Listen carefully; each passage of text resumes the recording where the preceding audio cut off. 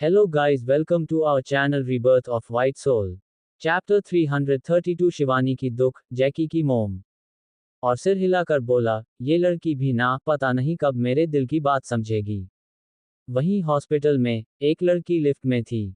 ये कोई और नहीं शिवानी थी। उसने जैकी से झूठ बोला था, वो तो यहाँ जैकी से ही मिलने आई थी। पर जैकी यहाँ नहीं है, ये जानकर वो बहुत उदास हो गई थी। वो जैकी को बहुत पसंद करने लगी थी। जब से जैकी ने कॉलेज के पहले दिन उसे सबके सामने नंबर मांगा था, तब से वो जैकी को पसंद करती थी, पर शर्म की वजह से बोल नहीं पाती थी। अब आगे, जब वो अपनी दादी माँ को देखने पहली बार हॉस्पिटल में आई थी, तब उसने व्हीलचेयर में जैकी को देखा था और तब उसे पता चला कि जैकी यहाँ एडमिट है। तब से वो बार बार अपनी दादी माँ से मिलने का बहाना बनाकर यहाँ आ जाया करती थी। और आज भी जिद करके अपनी दादी माँ के साथ चेकअप के टाइम हॉस्पिटल में आ गई थी, क्योंकि उसे जैकी से मिलना था। जब से उसकी दादी माँ डिस्चार्ज हुई थी तब से उसने जैकी को नहीं देखा था। पर आज जब वो हॉस्पिटल आई तो जैकी पहले ही डिस्चार्ज हो चुका था। उसे इस वक्त बहुत रोना आ रहा था। वो एक अमीर खानदान कुलकर्णी खानदान की बेटी थी, पर घर में दादी माँ के सिवा आज तक किसी ने उससे प्यार से बात तक नहीं किया था। एक जैकी ही था जो ये जाने बिना कि वो किसकी बेटी है, उससे खुलकर बात करता था। बाहर किसी को नहीं पता था कि वो कुलकर्णी खानदान की बेटी है। कॉलेज में भी किसी को नहीं पता था कि वो इतनी बड़े घर की बेटी है। और सब कॉलेज में उसे गरीब समझते थे और चिढ़ाते थे। वो नव्या के साथ उसके क्लास में थी फर्स्ट ईयर में। नव्या उससे अच्छे से बात करती थी। नव्या की वजह से वो ज़्यादा टाइम जैकी से मिल पाती थी। और धीरे धीरे जैकी उसे पसंद आने लगा था, क्योंकि जैकी दूसरों की तरह उसकी मजाक नहीं उड़ाता था, और ना ही बाकी लड़कों की तरह उसे बदसूरत कहता था। शिवानी बहुत खूबसूरत थी, पर उसकी सौतेली माँ ने उसे अपनी खूबसूरती को छुपाने को कहा था। उसकी आंखें खराब नहीं थी, फिर भी उसे चश्मा पहनने को दे दिया गया था। और हमेशा उसे अपनी सौतेली बहन की पुरानी कपड़े पहनने को दिया जाता था। उसकी हालत को देखकर कोई भी बता नहीं सकता था कि वो इतने बड़े और अमीर खानदान की बेटी होगी। उसके डैड तो उसे पूछना भी पसंद नहीं करते थे। जब उसकी मोम जिंदा थी तब सब सही था।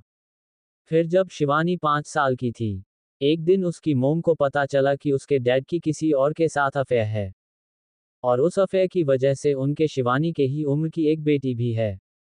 ये जानकर उसकी मोम सदमे को बर्दाश्त नहीं कर पाए और उनकी मौत हो गई। शिवानी की मोम के मौत के 15 दिन बाद ही उसके डैड अपनी रखेल को घर ले आए और शादी कर लिया। उसकी दादी माँ भी उन्हें रोक नहीं पाए। उसके बाद तो शिवानी की हंसती खेलती दुनिया डे से बर्बाद हो गई। उस दिन से उसकी जिंदगी जेहनुम बन गई। उसके डैड जो कभी उसे इतना प्यार करते थे, वो उसकी सौतेली माँ और बेटी की प्यार में इतने अंधे हो गए कि उन्हें शिवानी तो डे से दिखाई ही नहीं देती थी। उस दिन से घर में जो भी आता था सिर्फ उसकी सौतेली बहन जूही के लिए ही आता था। जो जूही को पसंद नहीं आती थी, उसे शिवानी को दे दिया जाता था। शिवानी के डैड को भी इससे कोई फर्क नहीं पड़ता था, क्योंकि वो तो अपनी बेटी और बेटे से ही प्यार करते थे। शिवानी को तो डे से वो बेटी ही नहीं मानते थे। और शिवानी की सौतेली माँ मधुलता, वो तो शिवानी से ही घर का काम करवाती थी और अपने पति के सामने ऐसा बिहेव करती थी जैसे शिवानी उन्हें परेशान करती हो, जिस वजह से माधव शिवानी को और भी नापसंद करने लगा था। फिर मधुलता ने शिवानी को एक नौकरानी जैसा ट्रीट करना शुरू कर दिया था। और उन्होंने ही शिवानी को अपनी खूबसूरती छुपाने को कहा था, ताकि उनकी बेटी को प्रॉब्लम ना हो। सबका सेंटर ऑफ अट्रैक्शन हमेशा उनकी बेटी जूही रहे। और अब उसकी सौतेली माँ चाहती थी कि उसकी शादी हो जाए।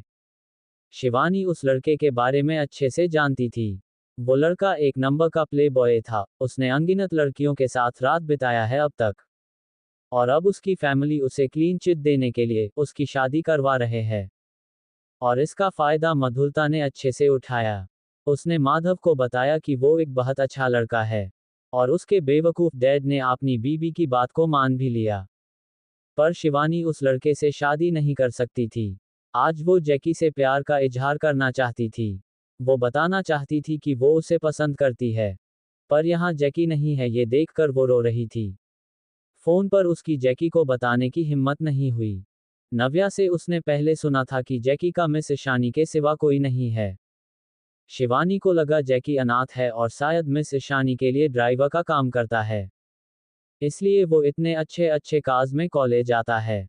वैसे भी उसने कई बार जैकी को मिस ईशानी को बॉस कहते हुए सुना था, पर उसे डाउट भी होता था, क्योंकि मिस ईशानी और जैकी कैंटीन में भाई बहन जैसे एक्ट करते थे। उसने कभी कभी जैकी को ईशानी को दी कहते हुए भी सुना था, और जैकी को 2 बार बिना पूछे ईशानी की कार्ड को इस्तेमाल करते हुए देखा, पर वो कुछ पूछना ठीक नहीं समझती थी। आखिरकार थी तो वो बस एक क्लासमेट ही, वो लोग उसे जवाब भी क्यों देंगे। पर अब उसने डिसाइड कर लिया था, वो जैकी को अपनी फीलिंग्स के बारे में बता देगी। उसकी फैमिली जैसी फैमिली होने से अच्छा तो अनाथ होना है। जैसे जैकी है, कम से कम उसे इतने प्यार करने वाले दोस्त भाई बहन तो मिले।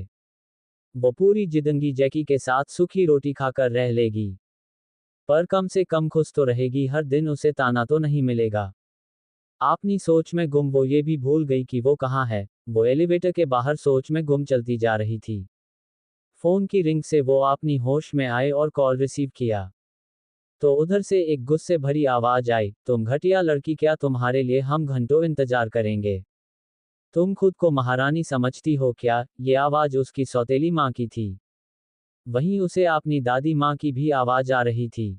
मधु, तुम ये किस तरह से मेरी पोती से बात कर रही हो? क्यों हमेशा तुम उसके पीछे पड़ी रहती हो? आप चुप कीजिए माँ, वो आज चल कर ही घर आएगी।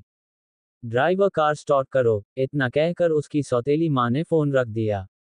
मधु की बात सुनकर शिवानी हैरान परेशान हो गई और कार की तरफ भागी। वो कार के पास भागी, जैसे ही वो कार के पास पहुंचती, कार वहां से चली गई। शिवानी नीचे गिर गई और कार को जाते हुए अपनी आंसू भरी आंखों से देखती रही। वो कार में आई थी, ऊपर से हड़बड़ी में आई थी, इसलिए वो पर्स भी नहीं लाई थी। अब तो शायद सच में उसे घर तक चलकर ही जाना पड़ेगा।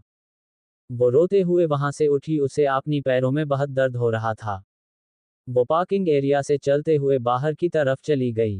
वो हॉस्पिटल से बाहर निकली तो एक कार आकर उसके सामने रुकी, जिसे देखकर शिवानी थोड़ी पीछे हो गई, तो कार का ग्लास नीचे हुआ और एक आदमी जो ड्राइविंग सीट पर था, वो बोला, आप तो जैकी सर के दोस्त हैं ना? उस आदमी को देखकर शिवानी पहचान गई, क्योंकि ये एक बॉडीगार्ड था जिसे शिवानी बहुत बार जैकी के साथ इस हॉस्पिटल में देख चुकी थी। शिवानी ने मुश्किल से अपनी आंसुओं को बहने से रोका और हाँ में सिर हिला दिया। वो गार्ड स्माइल करते हुए बोला, आप कहाँ जा रही हो? आइए मैं आपको छोड़ देता हूँ। उस गार्ड की बात सुनकर शिवानी हैरान हो गई, फिर ना ने सिर हिलाकर बोली, नहीं मैं चली जाऊंगी। उसकी बात सुनकर वो गार्ड बोला, अरे मैम डरिए मत, मैं जैकी सर से पूछ लेता हूँ। वैसे भी आपकी पैरों में शायद चोट लगी है, आप लंगड़ाते हुए चल रही थी। उसने जैकी को फोन लिया। 2 रिंग में जैकी ने कॉल उठा लिया, तो गार्ड ने जैकी को सब बताया और फिर शिवानी को फोन दे दिया। जैसे ही शिवानी ने फोन लिया, जैकी जो कॉल पर था, उसे चिढ़ाते हुए बोला, क्या हुआ मिस चश्मिश, आप उससे लिफ्ट क्यों नहीं ले रही हो? डोंट वरी, वो तुम्हें सेफली तुम्हारी घर तक छोड़ देगा। तुम भरोसा कर सकती हो उस पर। इतना कहकर जब शिवानी मान गई तो जैकी ने फोन रख दिया। उसकी दिल में अजीब सी सुकून थी ये देखकर कि जिसे वो प्यार करती है, वो भी उसकी कितनी फिक्र करता है। अब वो जैकी को अपनी दिल की बात बता देना चाहती थी। वो कार में बैठ गई, तो गार्ड ने कार स्टार्ट कर दिया। वहीं दूसरी तरफ जैकी अपनी रूम में बैठा सीसीटीवी फुटेज देख रहा था और सोच रहा था ये किसकी कार थी जिसके पीछे शिवानी भागी थी, और वो कार भी इतनी स्पीड से निकल गई। क्या ये शिवानी की फैमिली कार हो सकती है? जैकी को शिवानी की फैमिली के बारे में कुछ नहीं पता था, क्योंकि शिवानी ने उसे कुछ भी नहीं बताया था। जैकी पहले शिवानी की मुंह से ये सुनना चाहता था कि शिवानी उससे प्यार करती है। तभी उसके रूम में संजय जी ने नॉक किया। डोर खुला हुआ था। जैकी ने पीछे देखा और बोला, डैड आपको नॉक करने की क्या जरूरत है?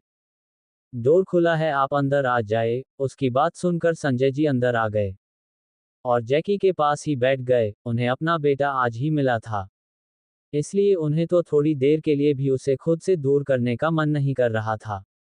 जैकी ने अपने डैड को देखा और उनके गोद में सिर रख लिया। ये देखकर संजय जी की आंखों में खुशी की आंसू आ गए। संजय जी जैकी की सिर को प्यार से सहलाने लगे, तो जैकी बोला, डैड क्या आप थोड़े जल्दी नहीं आ सकते थे?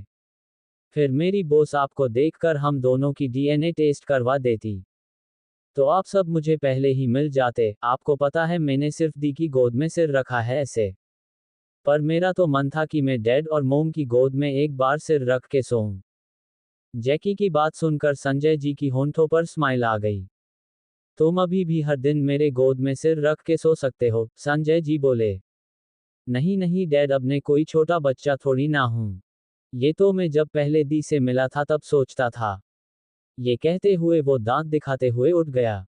फिर बोला, डैड मोम के बारे में कुछ बताए ना। उसकी बात सुनकर संजय जी उसकी सिर को सहलाते हुए बोले, तुम कितने भी बड़े हो जाओ तुम फिर भी मेरे लिए छोटे हो। और तुम्हारी मोम भी यही कहती, और तुम्हारी ये आंखें बिल्कुल अपनी मोम की तरह है। सच में, जैकी भी एक्साइटेड होकर बोला। तो संजय जी मुस्कुराते हुए बोले, हाँ बिल्कुल तुम दोनों की आंखें सेम है। जैकी एक्साइटेड होकर बोला, तो क्या आपके पास मोम की कोई फोटो है? प्लीज मुझे दिखाए ना डैड। उसकी बात सुनकर संजय जी बोले, मेरे पास जो फोटो है वो तो पहाड़ी वाली बंगलो में है। और घर में भी कल्पना भाभी के पास होगा। उनकी बात सुनकर जैकी खुश होकर बोला, मुझे मोम को देखना, मैं बड़ी मोम से बोलने जा रहा हूँ। थोड़ी देर बाद हॉल में सब सोफे पर बैठे हुए थे। कल्पना जी जैकी की डिमांड की वजह से पुरानी एल्बम लेकर हॉल में आई और सामने रख दिया। दादी माँ ने पहला पेज पलटा जहां दादाजी दादी माँ के साथ अखिलेश जी संजय जी थे। ये फोटो बहुत पुराना था, तब शायद दोनों भाई कॉलेज में होंगे। फिर कल्पना जी और अखिलेश जी की शादी की फोटो थी। वाह मोम आप और डैड तो बहुत सुंदर लग रहे हैं इस फोटो में, ईशानी हंसते हुए बोली। बाकी सबने तो फोटो पहले ही देखा था, भला वो अपनी फैमिली एल्बम को कैसे नहीं देखते। कल्पना जी और अखिलेश जी की होंठों पर ईशानी की बात सुनकर स्माइल आ गई। फिर अगले पेज पर संजय जी के साथ एक खूबसूरत औरत थी। दोनों साथ में बहुत अच्छे लग रहे थे। उस फोटो को देखकर सबकी आंखों में आंसू आ गई। जैकी को पता चल गया यही उसकी मोम है, उसकी आंखों में भी आंसू आ गए। वहीं ईशानी की आंखें छोटी हो गई थी उस फोटो को देखकर। क्या आप श्योर है कि ये लेडी मतलब चाची जी इस दुनिया में नहीं है? ईशानी कुछ सोचते हुए बोली। तो सब ईशानी को देखने लगे। तुम कहना क्या चाहती हो ईशानी बेटा? संजय जी असमंजस में बोले।